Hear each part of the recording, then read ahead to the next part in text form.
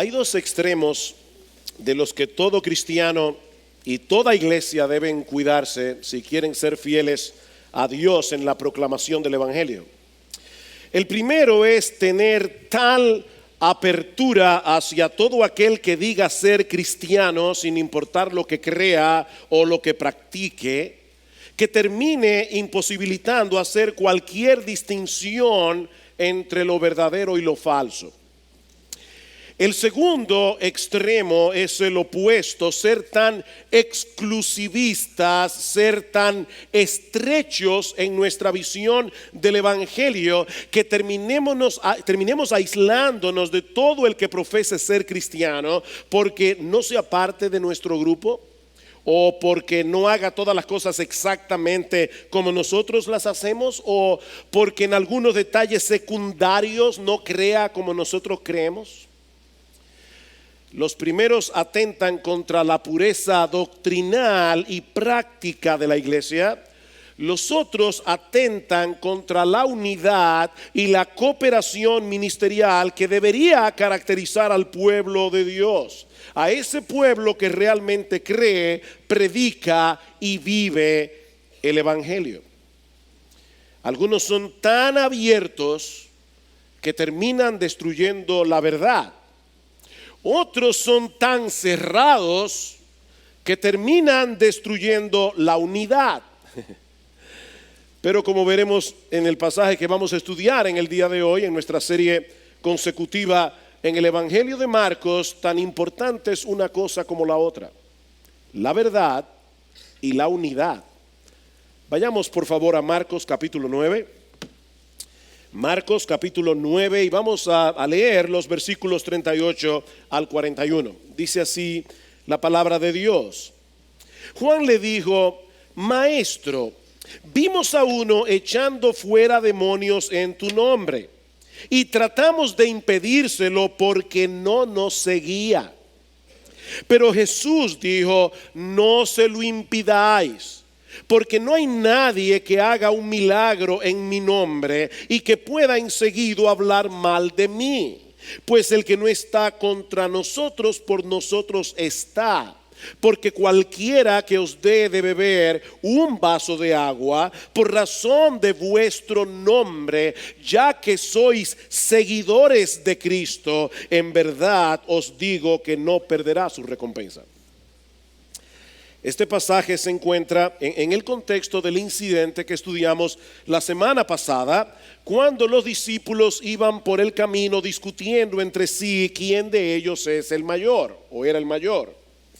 El Señor Jesucristo acaba de anunciarles que Él, al llegar a Jerusalén, sería apresado por los principales sacerdotes de la nación, que sería condenado a muerte. Pero los discípulos estaban tan sumidos en su sueño de grandeza que en vez de identificarse con Jesús en ese momento tan sensible de su ministerio, ellos estaban peleando entre sí por los primeros puestos del reino. Cada uno quería el mejor cargo en el gobierno. Estos hombres necesitaban urgentemente una lección de humildad.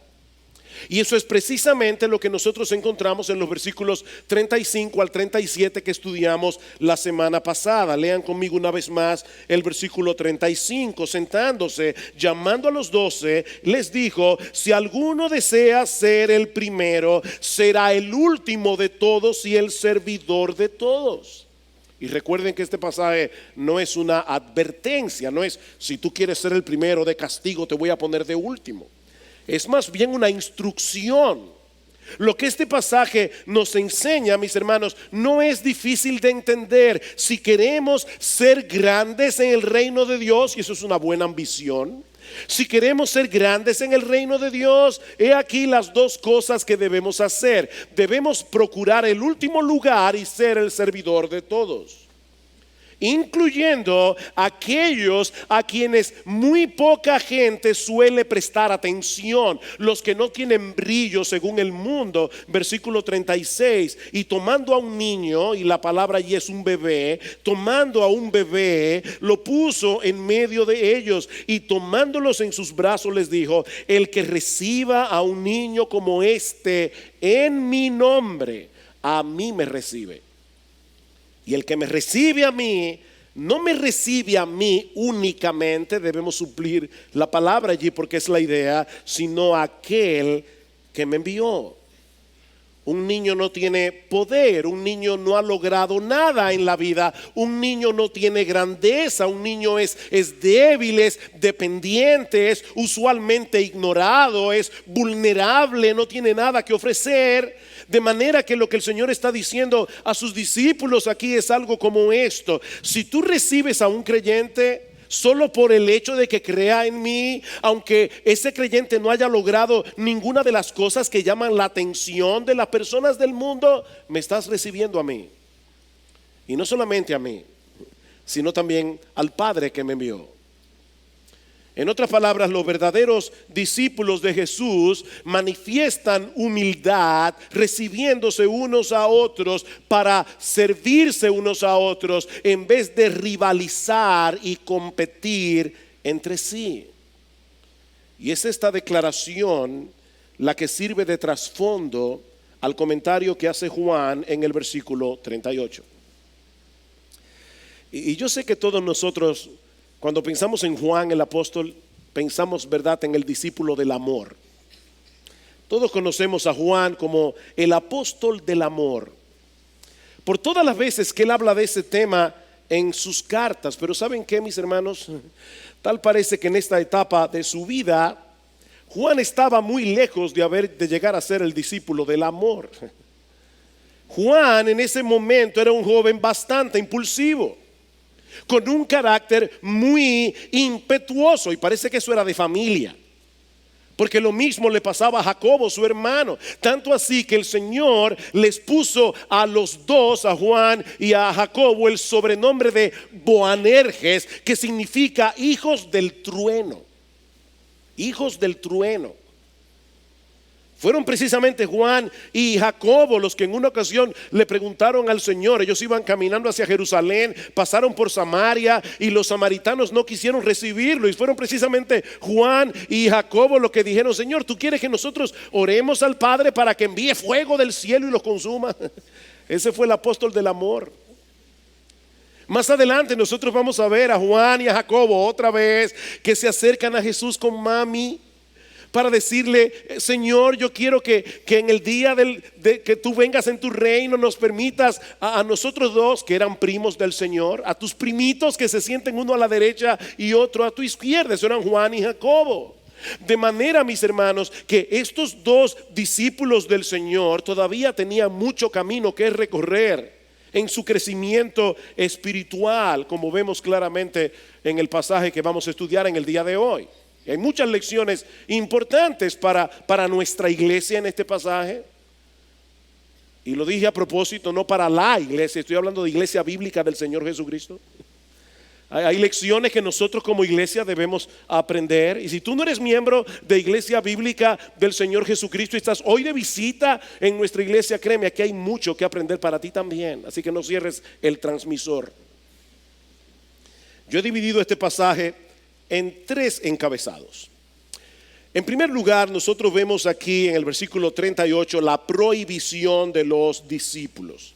Versículo 38, Juan le dijo: Maestro, vimos a uno echando fuera demonios en tu nombre y tratamos de impedírselo porque no nos seguía. Tal parece que el comentario que Jesús acaba de hacer de recibirse unos a otros activó la conciencia de Juan.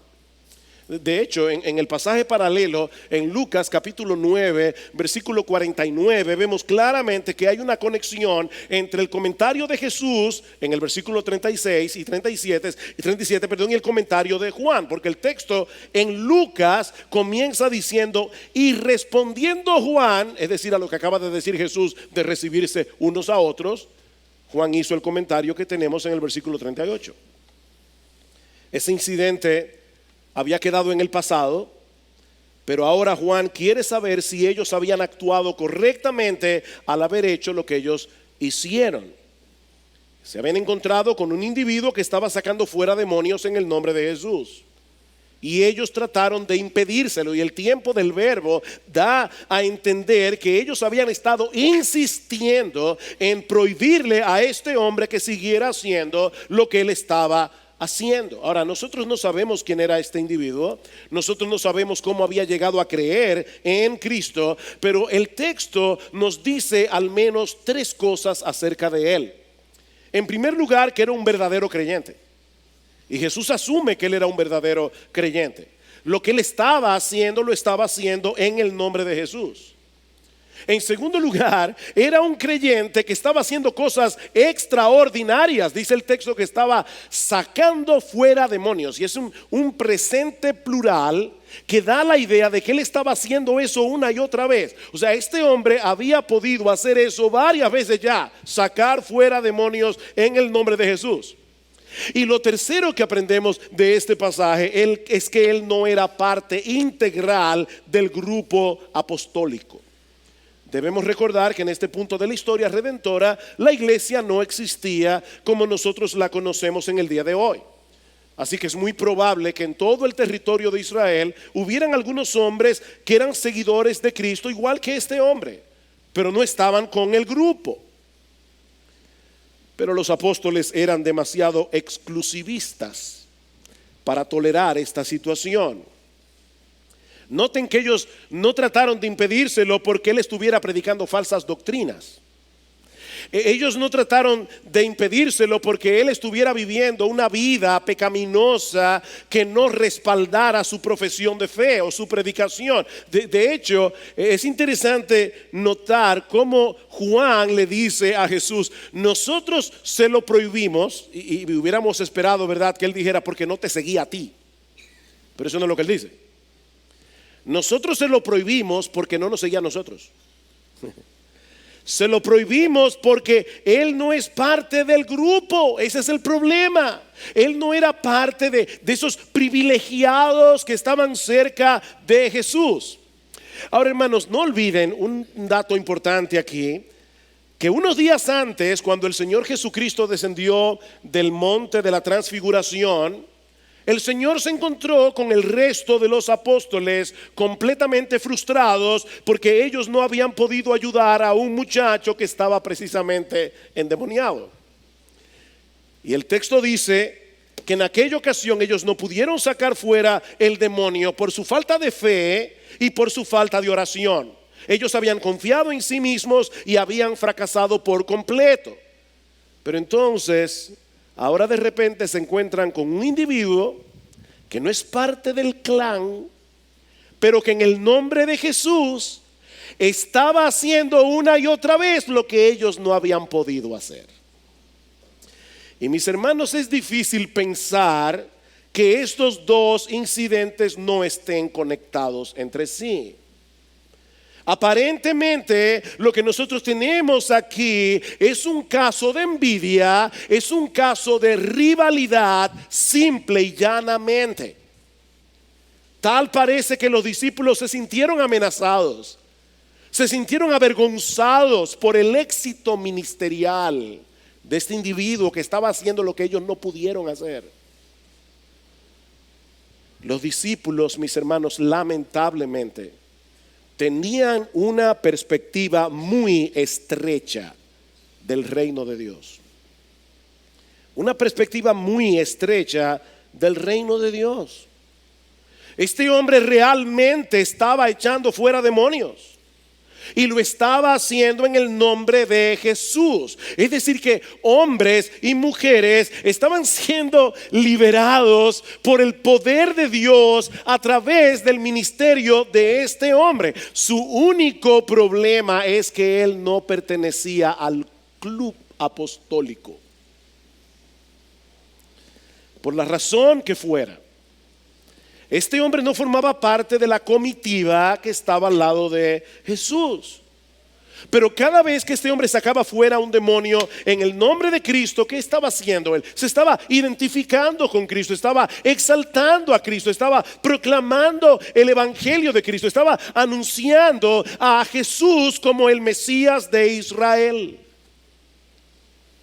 Pero como decía hace un momento, no parece que los discípulos ni siquiera hubieran tratado de averiguar si este hombre entendía el mensaje que Cristo predicaba o si él respaldaba con su vida su profesión de fe. La única razón por la que trataron de impedírselo es porque él no era parte de ellos. Y mis hermanos, debemos confesar con vergüenza que ese espíritu exclusivista, ese espíritu elitista, es demasiado común en el pueblo de Dios. Fácilmente olvidamos que todos nosotros somos parte de algo mucho más amplio que las cuatro paredes de esta iglesia. Somos parte de algo mucho más amplio que el entorno de nuestro grupo. Todo cristiano debe estar interesado en el crecimiento del reino de Dios, aunque eso signifique que otras iglesias tengan un éxito ministerial mayor que el nuestro. Nuestra meta no es que nuestro grupo crezca. Nuestra meta no es la ampliación de nuestro clan. Nuestra meta es que el evangelio de Cristo se expanda por el mundo y que más y más personas sean traídas de la muerte a la vida por el poder de la palabra. Cuidado, hermanos míos, amados miembros de IBCJ, con la envidia y la rivalidad ministerial. Eso es un pecado odioso. Es un pecado odioso que quebranta la unidad del pueblo de Dios. Es un pecado odioso que frena nuestra eficacia. Y es un terrible testimonio ante los ojos del mundo. Noten cómo reaccionó Jesús al comentario de Juan. Y eso nos lleva a nuestro segundo encabezado. Ya vimos la prohibición de los discípulos. Veamos ahora en segundo lugar la prohibición de la prohibición. Versículo 39. Pero Jesús dijo: no se lo impidáis. No se lo impidáis. Porque no hay nadie que haga un milagro en mi nombre y que pueda enseguida hablar mal de mí. Este texto puede ser traducido también: dejen de impedírselo. Es la idea. Dejen de impedírselo. En otras palabras, el Señor no solamente estaba corrigiendo a los discípulos por lo que había pasado, el Señor nos está dando instrucciones de lo que debemos hacer en el futuro cuando se presente una situación similar. Dejen de hacer eso. Al prohibir su prohibición, el Señor está mostrando claramente que Él no sentía ninguna simpatía por ese espíritu exclusivista y elitista de los apóstoles. Lo que ellos habían hecho, mis hermanos amados, no surgió de un corazón lleno de celo por la verdad. Lo que ellos habían hecho había surgido de un corazón lleno de celo por el grupo. ¿Ven la diferencia? Como si el grupo en sí fuera más importante que la expansión del reino de Dios. Y mis hermanos, yo espero que nadie me malentienda en esta mañana con lo que yo estoy diciendo. Nosotros debemos ser celosos con la sana doctrina. De ninguna manera podemos adoptar ese espíritu distorsionado de tolerancia que nosotros vemos en el mundo en el día de hoy, donde nadie tiene derecho a denunciar la falsedad, donde nadie tiene derecho a denunciar el error. No, mis hermanos, si somos ligeros con la pureza doctrinal, terminaremos corrompiendo el evangelio, terminaremos siendo infieles a Dios. Y el Nuevo Testamento es muy claro en ese sentido. Pablo dice a los creyentes en Roma, Romanos capítulo 16, versículo 17: os ruego, hermanos, que os fijéis en los que causan divisiones y tropiezos en contra de la doctrina que vosotros habéis aprendido y que os apartéis de ellos. Está claro, ¿verdad? Apártense de esas personas. Judas en su carta, Judas el apóstol, no el traidor. Judas nos exhorta a que contendamos ardientemente por la fe que nos fue entregada por medio de los apóstoles. Y el mismo Señor Jesucristo, cuando envía su carta a la iglesia de Éfeso en Apocalipsis capítulo 2, ¿por qué alaba Jesús a la iglesia de Éfeso? Porque ellos eran sanos en doctrina. Jesús los alaba por su celo doctrinal. Así que, hermanos, de ninguna manera estamos proponiendo que seamos ligeros con las doctrinas. De ninguna manera estamos proponiendo que seamos ligeros con la santidad y aceptemos a todo el mundo que diga ser cristiano, porque no todos son lo que dicen ser. ¿Oyeron eso? No todo el mundo que dice ser cristiano es cristiano. De hecho, la Biblia va más lejos todavía. La Biblia dice que en el mundo aún hoy hay muchas personas que claman ser cristianas y van camino al infierno. Uno de los textos más duros que nosotros encontramos en los evangelios está en Mateo capítulo 7, versículo 21.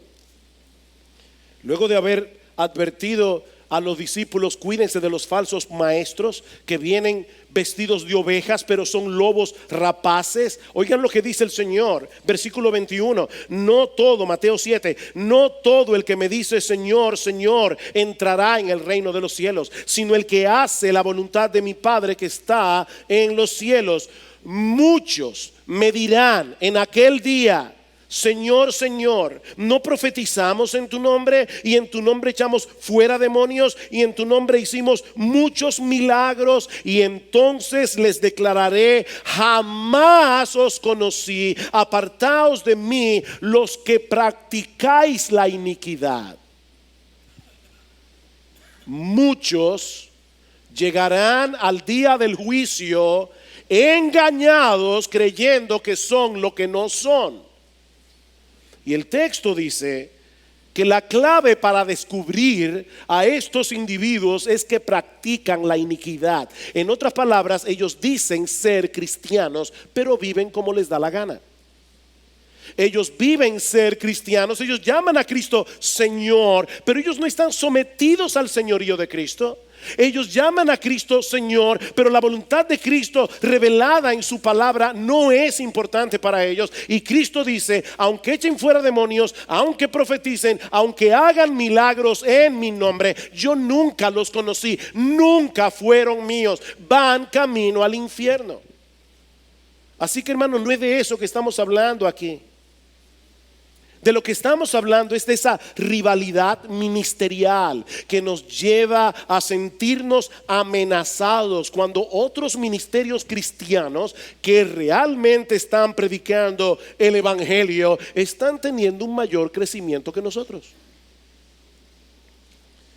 De lo que estamos hablando, mis hermanos, es de envidiar e incluso tratar de entorpecer a otros que están predicando a Cristo, simplemente porque no pertenece a nuestro grupo, o porque en algunas cosas secundarias no hacen las cosas exactamente como nosotros las hacemos, o creen exactamente lo que nosotros creemos. Y debo subrayar aquí que estamos hablando de cosas secundarias. Me encanta la manera como Pablo aborda este asunto en su carta a los Filipenses.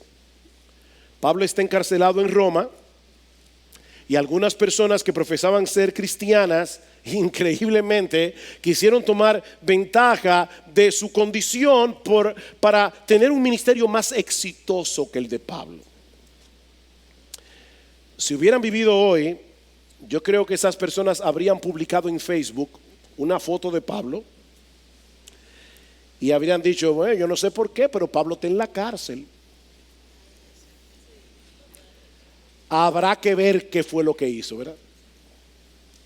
El Facebook se ha convertido en ese sentido en algo horrible. En ese sentido, en el día de hoy, cualquiera apunta a los cañones del Facebook y comienza a acabar con medio mundo. ¿Saben cómo reaccionó Pablo ante esta absurda competencia ministerial? Vayan conmigo a Filipenses capítulo 1. Filipenses capítulo 1. Esto es impresionante. Dice Pablo en el versículo 12: yo quiero que sepáis, hermanos, que las circunstancias en que me he visto, es decir, preso, han redundado en mayor progreso del evangelio. De paso, tuve el privilegio de estar en la cárcel donde Pablo estuvo preso. No preso, no, yo estaba libre, pero de visitar el lugar, la cárcel mamertina. Y la verdad es que era un sitio claustrofóbico, sitio húmedo, pequeño. Ahí estuvo Pablo preso.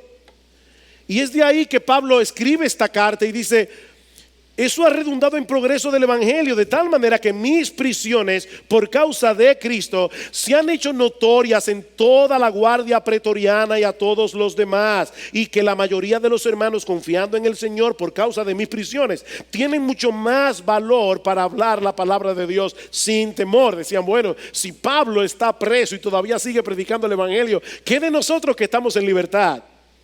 Versículo 15: algunos, a la verdad, predican a Cristo aún por envidia y rivalidad, pero también otros lo hacen de buena voluntad. Estos, lo de buena voluntad, lo hacen por amor, sabiendo que he sido designado para la defensa del evangelio. Aquellos, los que lo hacen por rivalidad, proclaman a Cristo por ambición personal, no con sinceridad, pensando causarme angustia en mis prisiones. Entonces, ¿qué? Dice Pablo. O que de todas maneras, ya sea fingidamente o en verdad, Cristo es proclamado, y en esto me gozo, sí, me regocijo y me regocijaré todavía más. Es un gozo para mí. Yo supongo, hermanos, que a Pablo le causaba tristeza que estas personas estuvieran predicando a Cristo por una mala motivación, pero al mismo tiempo Pablo reconoce que ellos estaban predicando el evangelio. No era un evangelio falso. Ellos estaban predicando el evangelio. Ellos estaban llamando a los hombres al arrepentimiento y a la fe. Y personas que no conocían la mala motivación que estos hombres tenían en el corazón, estaban conociendo a Cristo y estaban viniendo al Señor en arrepentimiento y fe. Por eso dice Pablo: ¿qué voy a hacer ahora? Gozarme en eso. Gozarme en eso, en que el nombre de Cristo está siendo proclamado. Mis hermanos, Pablo no estaba interesado en ser una celebridad. Pablo no estaba interesado en que su nombre fuera famoso. Su mayor anhelo era que la gente conociera a Cristo. Y si aún hubiera aparecido un predicador con un don más excelente que el suyo, yo estoy seguro que eso hubiera llenado de alegría el corazón de Pablo. Completamente seguro. Así que cuidado, hermanos, con la envidia ministerial. Y eso no solamente se aplica a las iglesias en general. Eso no solo se aplica a los predicadores y a los pastores. Eso se aplica a cada uno de ustedes como miembros de la iglesia. No todos tienen los mismos dones, ni todos serán tan visibles en el trabajo en el Señor. Pero todos son igualmente necesarios. Todos son igualmente necesarios. ¿Saben que en el día del juicio, el Señor premiará no la visibilidad de tu ministerio, sino tu fidelidad? Eso es lo que el Señor va a premiar, tu fidelidad. ¿Saben cuál es el antídoto para la envidia ministerial? El amor a Cristo. El amor a Cristo, porque el que ama a Cristo ama la expansión de su reino, independientemente de quién está teniendo más resultados visibles. Si otros están proclamando el evangelio y llevando a Cristo más personas que nosotros, gloria al Señor, qué bueno, aleluya, amén por eso. Debemos gozarnos por eso, debemos darle gracias al Señor por los dones que nosotros hemos recibido de pura gracia, pero lo que ellos también han recibido de pura gracia, porque a final de cuentas, con los dones de ellos y con los dones nuestros, es nuestro Señor el que está siendo exaltado. Es nuestro Señor el que está siendo glorificado. Así que conténtate con la gracia de Dios en ti y al mismo tiempo dale gracias al Señor por la forma como Él ha derramado su gracia en otros, aunque eso signifique que aquel va a tener un ministerio más visible que el tuyo. Porque ambos están sirviendo al mismo Señor, están peleando la misma batalla y contra el mismo enemigo. Noten la razón de por qué el Señor prohíbe a los discípulos hacer esta prohibición. Valga la redundancia, Marcos capítulo 9, de nuevo versículo 39. Pero Jesús dijo: no se lo impidáis, porque no hay nadie que haga un milagro en mi nombre y que pueda enseguida hablar mal de mí, pues el que no está con nosotros, por nosotros está. El argumento de Cristo aquí es básicamente este: en lo concerniente al reino de Dios, ninguna persona en el mundo es neutral. Nadie es neutral. O está con Cristo o está en su contra. No hay un tercer grupo. De hecho, en Mateo 12:30 nosotros encontramos el mismo principio a la inversa. Dice Cristo: el que no está conmigo está contra mí, y el que conmigo no recoge desparrama. O estás con Cristo, y eso significa, mi amigo que estás aquí hoy en la mañana, entregado a Jesús con todo tu corazón, entregado a Jesús con toda tu alma como tu Señor, como tu Salvador, o tú estás en contra de Cristo, porque no existe otra opción, no existe una tercera categoría. Bueno, este es el mismo principio que encontramos aquí en Marcos 9 de una forma positiva. El que no está contra nosotros, por nosotros está. ¿Qué es lo que el Señor está diciendo a Juan aquí? Y a todos nosotros. Le está diciendo: Juan, escúchame bien. El asunto aquí no es si esta persona forma parte de tu grupo. El asunto que tú debes evaluar es si esa persona está a favor mío o en contra de mí. Eso es todo lo que hace la diferencia. No es si te sigue a ti, no es si es parte de tu grupo, no es si es parte de tu clan, no es si es miembro de tu club.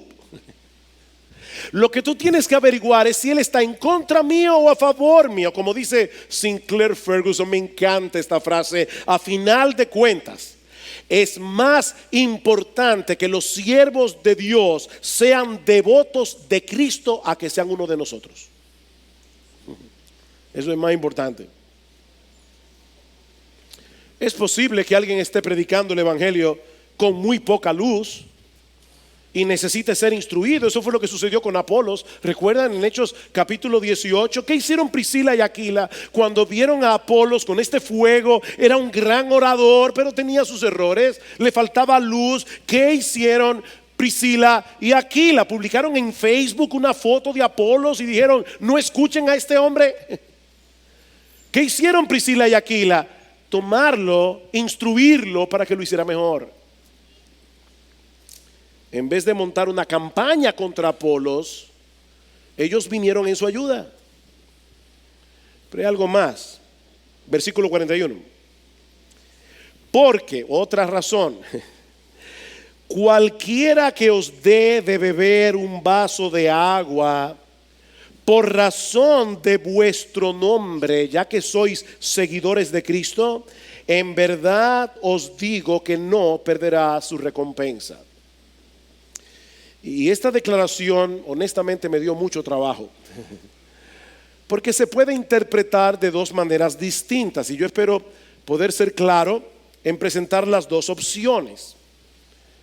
Por un lado, el Señor puede estar diciéndole a Juan que lejos de prohibir o de estorbar a este tipo de personas en lo que están haciendo, más bien deberíamos darle todo el apoyo posible, aunque no forme parte de nuestro grupo particular, porque al hacerlo nosotros tendremos recompensa. O sea, cada vez que tú ayudas a un siervo de Dios, cada vez que tú contribuyes a que un siervo de Dios siga haciendo su labor, aunque sea dándole un vaso de agua, Dios te va a recompensar por eso. Porque tú no estás simplemente saciando la sed de un individuo que tiene sed. Tú estás contribuyendo con el avance del reino de Dios, aunque sea con una cosa tan pequeña como darle un vaso de agua. Y Cristo está diciendo, créeme, si tú le das a un siervo de Dios un vaso de agua fría, tú no vas a perder tu recompensa, porque no es el precio de lo dado lo que el Señor toma en cuenta, es la fe y la obediencia con que tú lo haces. Tú amas al reino, tú amas la predicación del evangelio y estás sirviéndole a un siervo de Dios. Bien, no vas a perder tu recompensa. Pero el Señor también puede estar diciendo lo siguiente aquí: ustedes están tratando de estorbar a alguien a quien yo voy a recompensar. O sea, en este caso la recompensa no es para ti que das el vaso de agua al siervo. Lo que está diciendo es, este siervo está sacando fuera demonios.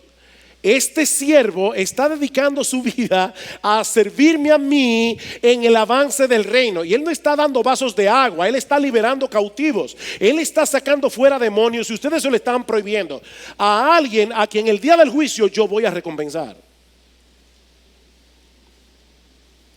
Mis hermanos, sea una cosa o la otra, esto es algo serio. Si bien es cierto que debemos ser celosos en mantener la pureza del evangelio, de la misma manera tenemos que tener mucho cuidado de no estorbar o rechazar a un siervo de Cristo que será recompensado en aquel día, aunque no sea parte de nuestro grupo, aunque tenga algunas diferencias con nosotros en cosas que no son esenciales. Y ¿saben qué, hermanos? El Espíritu Santo pudo no haber inspirado a Marcos y a Lucas para incluir esa historia aquí. ¿Saben por qué el Espíritu Santo inspiró a Marcos e inspiró a Lucas para escribir este incidente? Porque él sabía que la enseñanza de este pasaje iba a ser necesaria para su iglesia a lo largo de los siglos. Y eso me lleva a la última parte de este mensaje, bien breve. Mis hermanos, ¿qué aprendemos de esta historia? ¿Qué aprendemos de esta historia? Hay varias cosas aquí que debemos aprender. En primer lugar, debemos aprender a diferenciar doctrinas periféricas de las Escrituras de sus doctrinas cardinales. Hermanos, no podemos darle la misma importancia a la doctrina de la deidad de Cristo, a la doctrina de la Trinidad, Dios Padre, Dios Hijo, Dios Espíritu Santo, tres personas, pero un solo Dios. No podemos darle la misma importancia a la inspiración de las Escrituras. No podemos darle la misma importancia a la salvación únicamente por gracia, únicamente por fe y únicamente por Cristo, a la importancia que le damos a la doctrina del milenio, por ejemplo, a la doctrina del rapto de la iglesia. No tienen la misma importancia. No podemos darle la misma importancia a doctrinas cardinales de las Escrituras al hecho de si una iglesia adora con una batería o sin una batería. Nosotros tenemos que aprender a diferenciar lo que es esencial de lo que no lo es. Mis hermanos, es utópico pensar que de este lado de la eternidad todos y cada uno de los creyentes van a pensar igual en todas las cosas. Miren, eso no pasa ni en la misma iglesia. O no es así. Es utópico pensar que nosotros vamos a llegar a tener en todos los detalles doctrinales y prácticos del cristianismo exactamente el mismo pensamiento. No porque la Biblia tenga ningún defecto, porque la Biblia es perfecta. Nosotros somos los que somos imperfectos. Nosotros somos los que tenemos limitaciones. Y vamos a seguir teniendo limitaciones de este lado de la eternidad. ¿Cómo resolvemos este inconveniente? Algunos dicen, no, vamos a olvidarnos de la diferencia y vamos a hacer una gran organización mundial de cristianos. La Biblia no habla de eso. La Biblia habla de iglesias locales, independientes, cada una de la otra. No, hermanos, no podemos desestimar esas diferencias como algo sin importancia. Yo no estoy diciendo eso. O lo que es peor todavía, imponer nuestros criterios sobre otros independientemente del entendimiento que ellos tengan de las escrituras para hacer una gran iglesia. No, mis hermanos, escuchen lo que dice Ian Murray. Lo que podríamos llamar diferencias secundarias entre cristianos no son sin consecuencias y pueden ser lo suficientemente importantes como para prevenir la unidad formal de cristianos en la misma denominación. Imagínense a un bautista que cree que cada iglesia es independiente y que se deben bautizar únicamente los adultos que creen en Cristo, y una iglesia presbiteriana que cree que la iglesia es una gran organización, el presbiterio al que pertenece cada iglesia presbiteriana, y que se puede bautizar a los niños en su infancia. Yo amo a mis hermanos presbiterianos y tengo muy buenos amigos presbiterianos, y de los predicadores que yo más admiro, muchos son presbiterianos, y de los libros más importantes que yo tengo en mi librería, en mi biblioteca, la mayoría fueron escritos por presbiterianos. Pero hay una realidad, en eso tenemos una diferencia y tenemos que aprender a convivir con eso. Yo no tengo que imponer a los presbiterianos que crean como yo, ni ellos deben imponerme a mí que yo crea como ellos, pero debemos amarnos como creyentes en Cristo. Sigue diciendo Ian Murray, pero al mismo tiempo es esencial reconocer que no debe ser permitido que esas diferencias de entendimiento entre cristianos en esas cosas secundarias trascienda la verdad que nos hace uno en Cristo. Tenemos una misma fe, tenemos un mismo Señor. Desde esa perspectiva, mis hermanos, ¿saben que el hecho de que haya diversidad de iglesias y diversidad de denominaciones cristianas no debe ser visto como un problema? Eso es una bendición. Eso es una gran bendición, porque permite que creyentes con convicciones similares puedan congregarse en la misma iglesia o en la misma denominación sin tener que traicionar su propio entendimiento de las escrituras y sin crear una guerra civil en la iglesia por esos detalles secundarios. Así que eso es una bendición. Cuando seamos perfectos en el cielo, entonces nuestra comunión será perfecta y no tendremos ninguna diferencia. No seremos afectados por las malas interpretaciones de la Biblia, pero eso será en el cielo. Pretender esa realidad ahora, como dice Juan Carlos Ryle, es intentar construir un hermoso castillo en el aire. Así que el asunto no es olvidar lo que nos separa y enfatizar lo que nos une. No. La solución está en aprender a manejar las diferencias con madurez y con amor cristiano. Y eso nos lleva a mi segunda aplicación. Debemos mostrar amor cristiano hacia todos aquellos de quienes tengamos testimonio de que son verdaderamente cristianos, independientemente de las diferencias que podamos tener con ellos en cosas secundarias. Mi hermano, si una persona profesa ser cristiana, y déjenme aclarar, ¿a qué yo le llamo cristiano?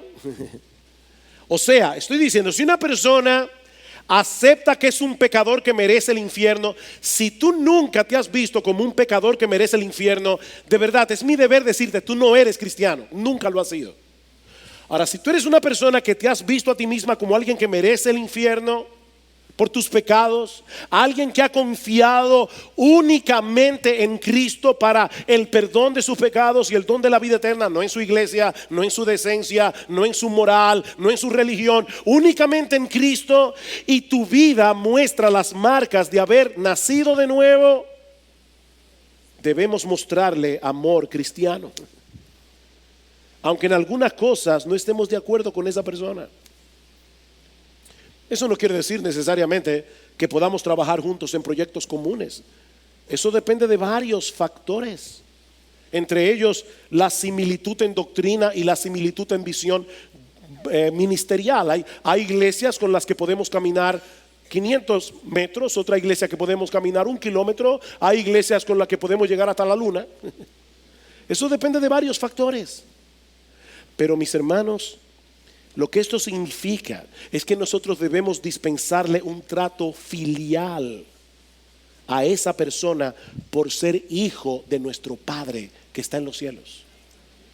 En tercer lugar, debemos anhelar que el Evangelio de Cristo sea proclamado en el mundo, aun cuando aquellos que lo proclaman no pertenezcan a nuestra comunidad de creyentes.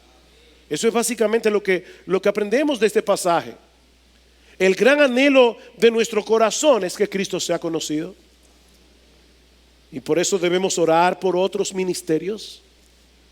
Debemos incluso ayudar a otros ministerios si está a nuestro alcance hacerlo, ya sea con recursos económicos, ya sea con recursos humanos.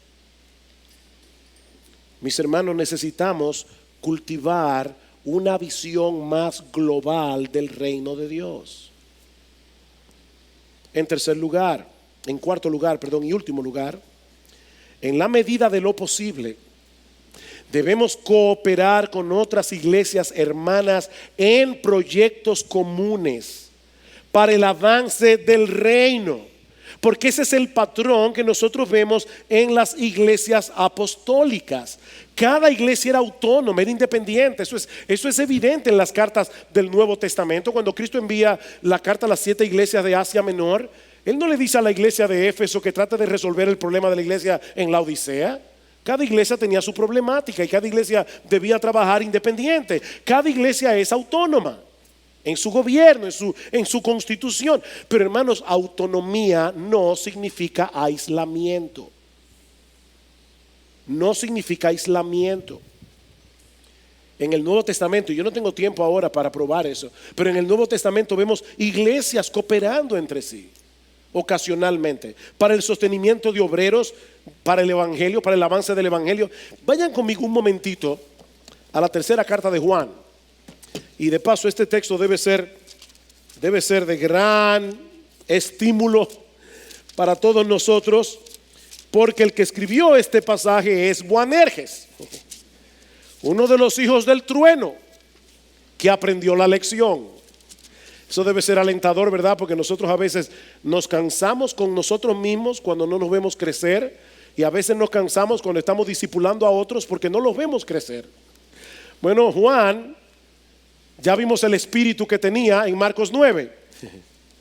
Sin embargo, es conocido como el apóstol del amor. ¿Saben por qué? Porque Jesús no perdió la paciencia con él.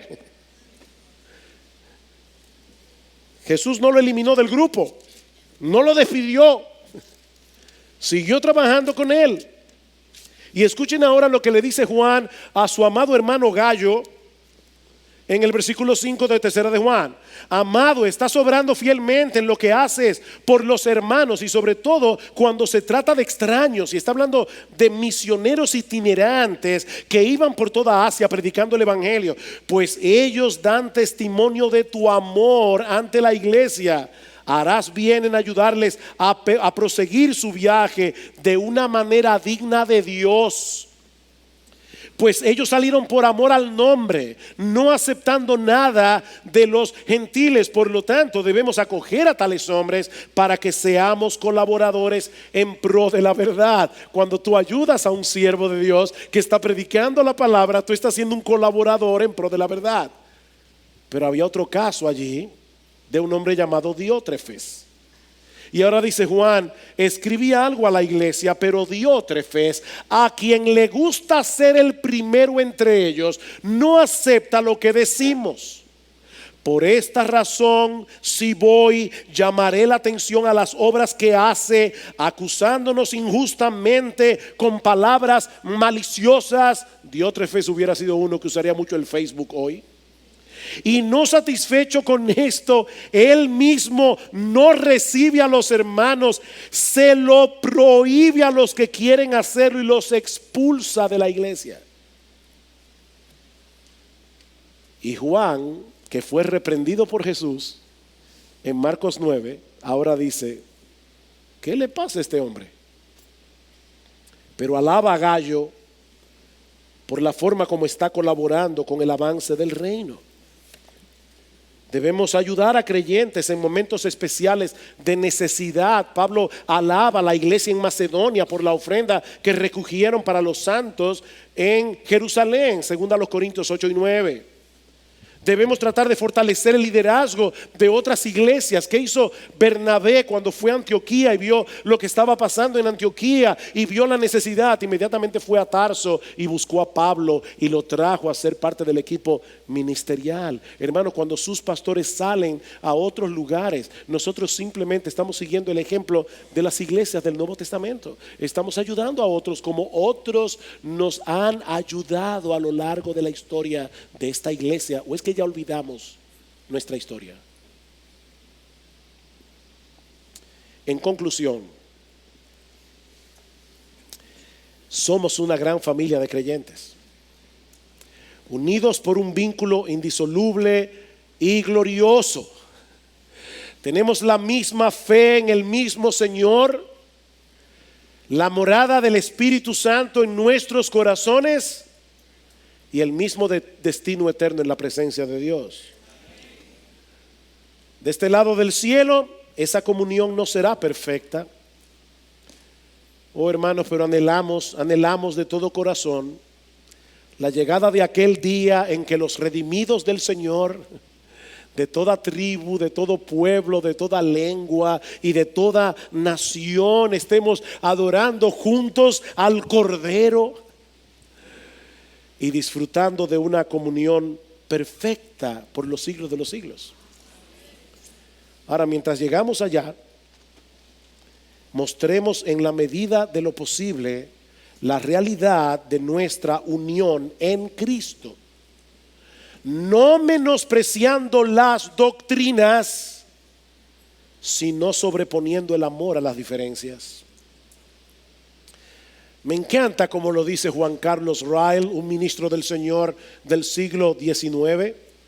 Él decía: tenemos que levantar paredes doctrinales bien claras, pero no levanten las paredes tan altas que no puedas darle la mano al otro verdadero cristiano que está del otro lado de la verja.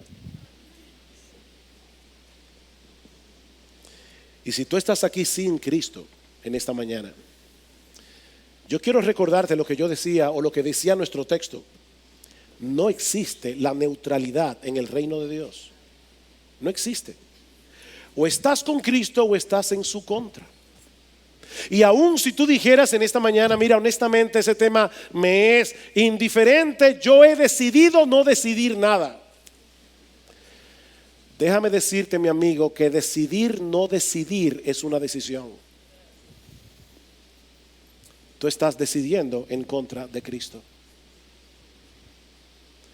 Mi amigo, si nunca te has visto a ti mismo como alguien que merece el infierno por causa de tus pecados, si nunca has decidido renunciar, seguir viviendo para ti mismo, seguir haciendo tu voluntad en vez de la voluntad de Dios, si nunca has dejado de confiar en tu propia decencia, en tu religiosidad, para confiar únicamente en Cristo y en la obra de redención que Él llevó a cabo en la cruz del Calvario, mi amigo, tú no eres cristiano.